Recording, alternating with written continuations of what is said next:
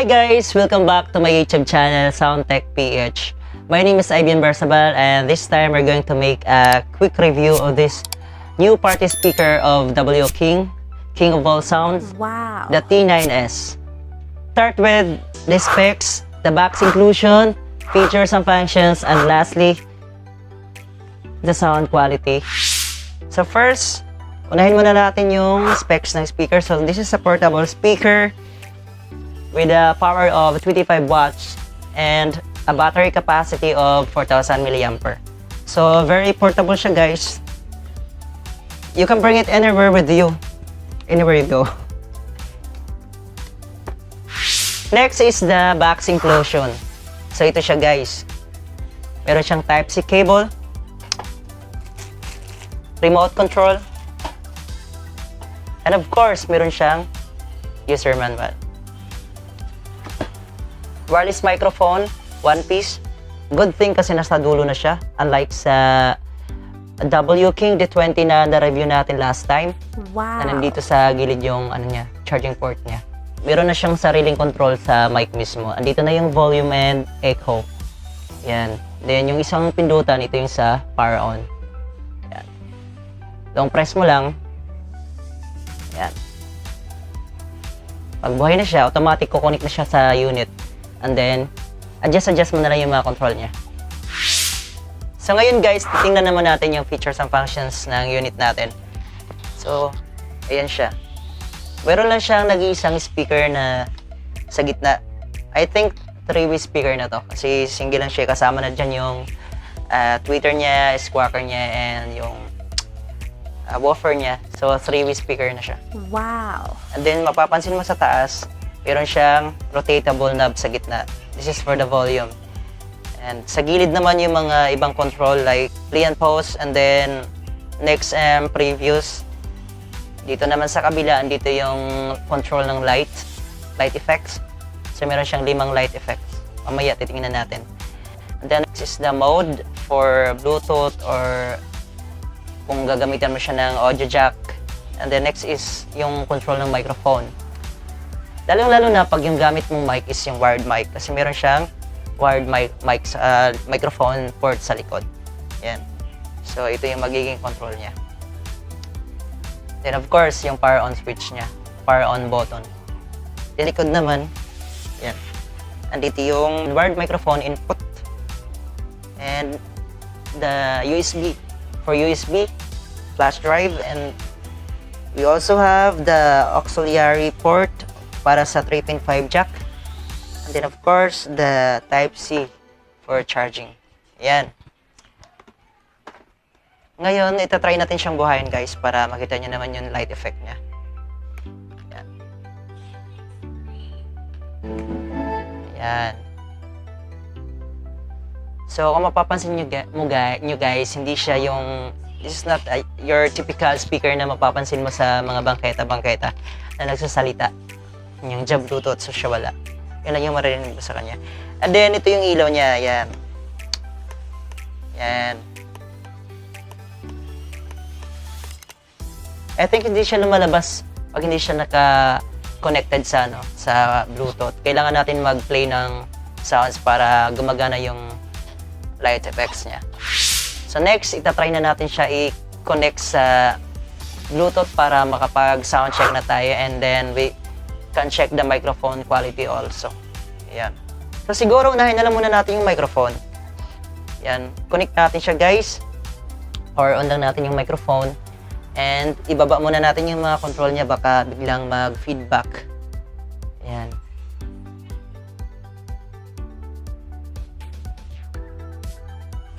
Hey, sound. Yan, microphone testing. But before we continue, gusto ko muna i-clarify sa inyo na hindi ako professional, hindi ako audio expert. Kaya kung ano mang lalabas sa aking bibig, negative or positive comment about sa unit natin, based lang yun sa sarili kong opinion. Okay? So let's proceed. So ayan guys, ito na yung microphone niya. Ito na yung tunog ng microphone niya pag wala siyang echo. Pwede mo pa siyang lakasan. Ayan. Try natin lakasan. Sound check. Ayan, malakas na siya guys. Ayan, sa sobrang lakas, nag-feedback na siya kasi ang lapit ko na masyado sa unit. So, hinaan lang natin. Try naman natin siya lagyan ng echo. Ayan, echo, echo, echo, sound, sound. So, ayan lang yung pinakasagad niya na echo. Hindi siya too much. Hindi sobra-sobra yung echo niya. Pangit din naman kasi pag sobra-sobra na. So, ayan. Mamaya naman, itry natin yung sa wired microphone niya. Go. Ayan guys, ito naman yung wired microphone. So, yung control niya nandito sa taas. Yan. Kung makikita mo yung symbol ng mic, symbol ng wired mic. Unang pindot Mic volume. is for mic volume. So, yung control ko rin niya, press mo lang yung wired microphone and then yung adjustment niya nasa rotatable knob pa rin sa gitna. For example, ulitin natin. Mic volume. Yan, mic volume. Tapos ito na yung control niya para lumakas.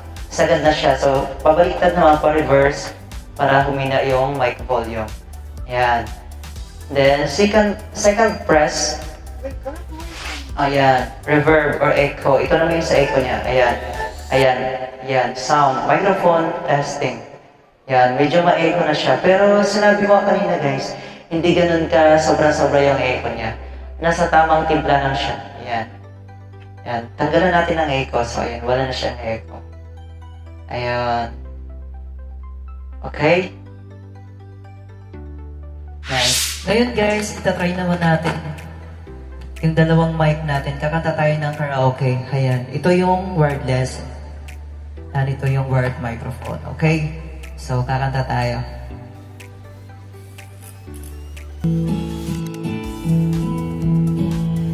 There was nothing to say the day she left. I just filled a suitcase full of regrets. I held a taxi in the rain, looking for some place to ease the pain. Whoa, just like an answered prayer, I turned around, I found you there. So, ang linis guys, di ba? Rinig nyo? Malinis, malinis. Sorry na kasi, pasensya na kasi yung isang mic natin, nag-lunas yung station niya. Ayan. Medyo defective yung isa nating mic. Luma na kasi ito eh. Ayan, ayan. Play tayo. You really know where to start fixing a broken heart. You really know what to do.